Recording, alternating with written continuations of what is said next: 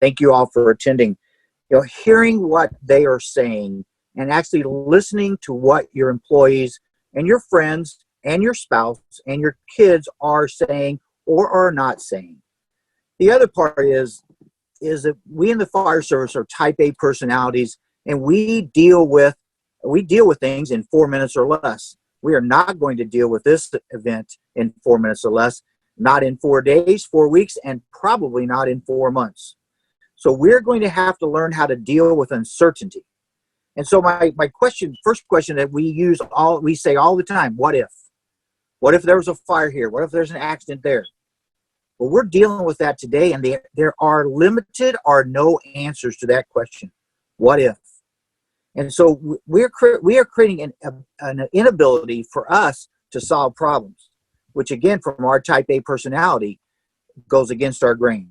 So we ask the question, what if, but understand we are not going to have the answers to those questions today. But the other part in having this presentation between the three of us is how do you take care of yourself? We are good at taking care of others, but how do we take care of ourselves? And how do we build resiliency into our life and into our way that we communicate with people? The American Psychological Association has 10 ways to build resilience. And I'm not going to read all these to you, but I will paraphrase some of them.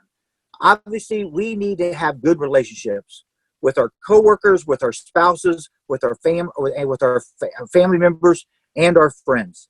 We need to work on that. Even in this difficult time, we need to work on that to make sure that our home life, our outside work life is pretty stable. Number 2 is avoid seeing crises as unbearable problems. We are problem solvers. The fire service and other public safety, such as telecommunicators, EMS workers, and now even nurses, are much more at problem solvers than we are at managing crisis. But the problems that we solve in this type of environment are very difficult, and they are long-term. So we have to understand that we're not going to solve these problems in a short-term method.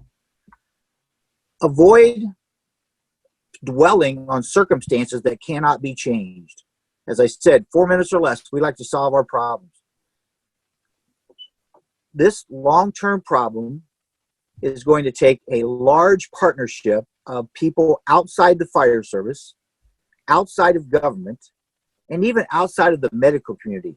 We're going to have to get the community, the citizens involved in helping us to manage the circumstances, and then also to develop realistic goals on how we're going to live our lives in the future. We need to take decisive actions. And by that we mean is make a decision, as we are very good at doing in most cases. Make a decision, see how it works, evaluate that decision to see if it's working appropriately or how we thought it would work, and then make a change if necessary. So those are 5 of them, but the couple of the last ones is keep a long-term perspective. This is going to go on for a long time. Yes, the amount of activity, the amount of involvement will start to drop off. We hope will start to drop off, but this is a long-term event.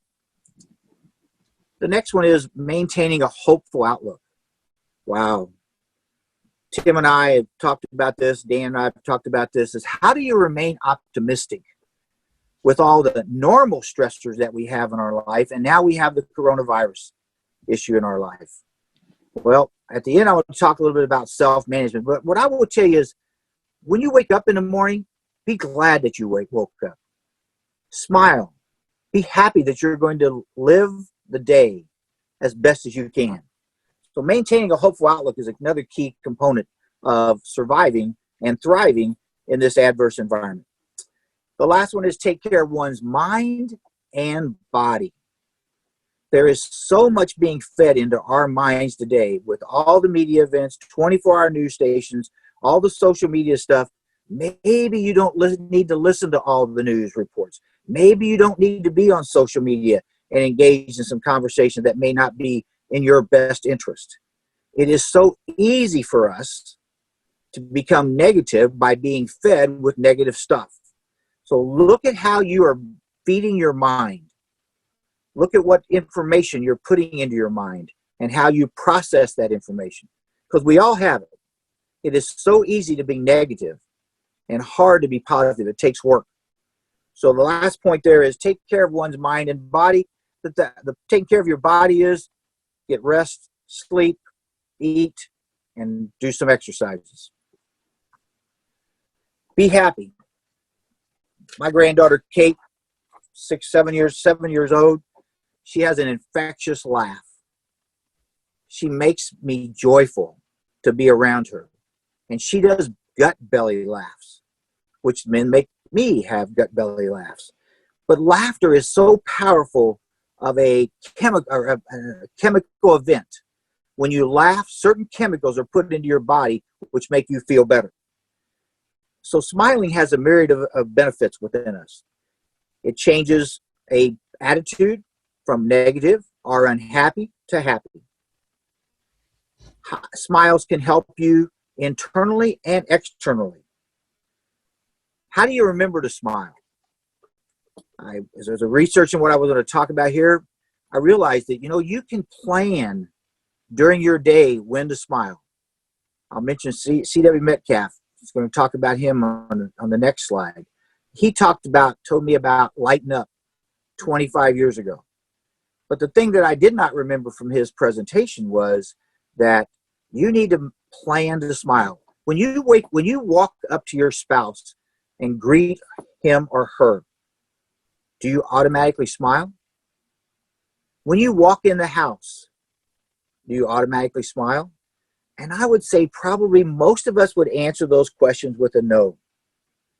When you open the refrigerator to get you a beverage or to get you something to eat, you're doing that to satisfy a need, but do you smile?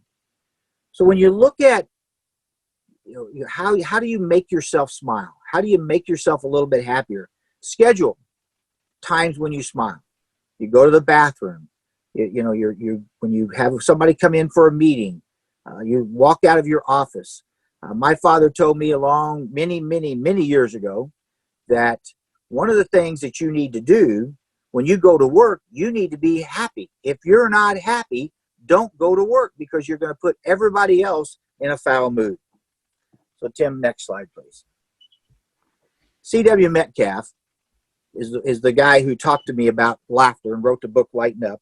And I want to talk about that before we go over these self-management tips. But what C.W. said was that you don't always feel like smiling, but you can make yourself smile. I sometimes fall into that abyss of negativity and I can't crawl out of it for any amount of money or any amount of effort. I focus on the negativity, the cruel words that people might say, their frustrations and other acts that bring me down.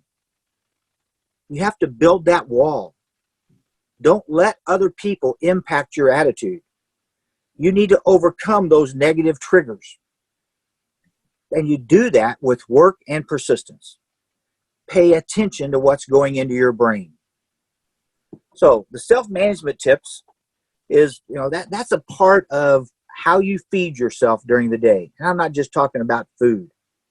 I'm talking about all the information, all the data that's coming into your body, into your brain. How do you manage that? I mentioned earlier about rest. 6 hours of sleep is what I got when I was working. That's probably not enough sleep.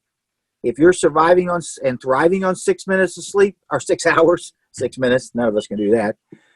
If you're surviving and thriving on 6 hours of sleep, more power to you. But you probably need to get a little closer to 8 hours. I remember the first time I had my CPAP doctor analyze my sleeping habits. He told me, you sleep an average of 5 hours and 35 minutes a night. Could we get that up to 7? And I was silly enough to say, no, doc, I can't. I can survive on 5 hours and 35 minutes on average. And the reality is, I was surviving, but I wasn't thriving in the way that I could have been. Spend time with your spouse and kids. And I know in this day and age, especially at this time, in this environment, you're saying, oh no, I got to be at work. I can't miss a meeting. I can't miss this or I can't miss that. Delegate. Use subordinates.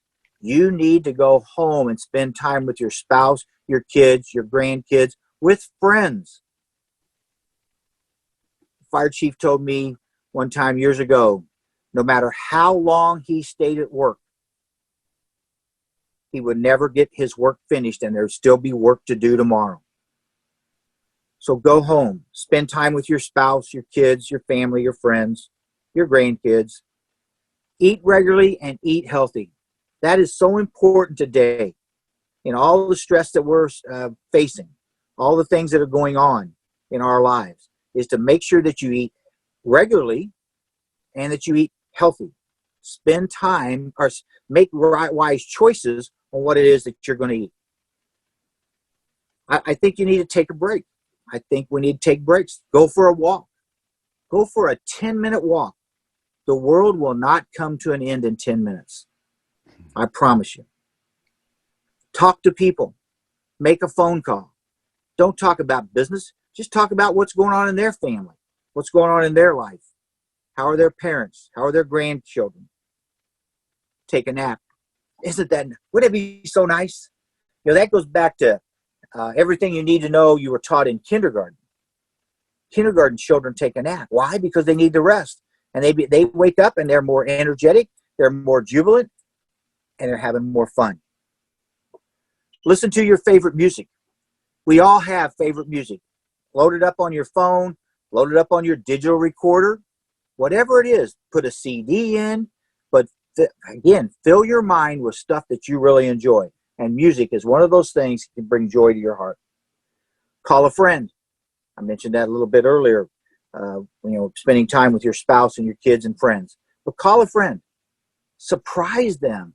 Say, hey, I was just thinking about you. Want to call and see how you're doing. How are you dealing with the situation that we're dealing with today? I know it's hard to do for many people, but limit alcohol consumption.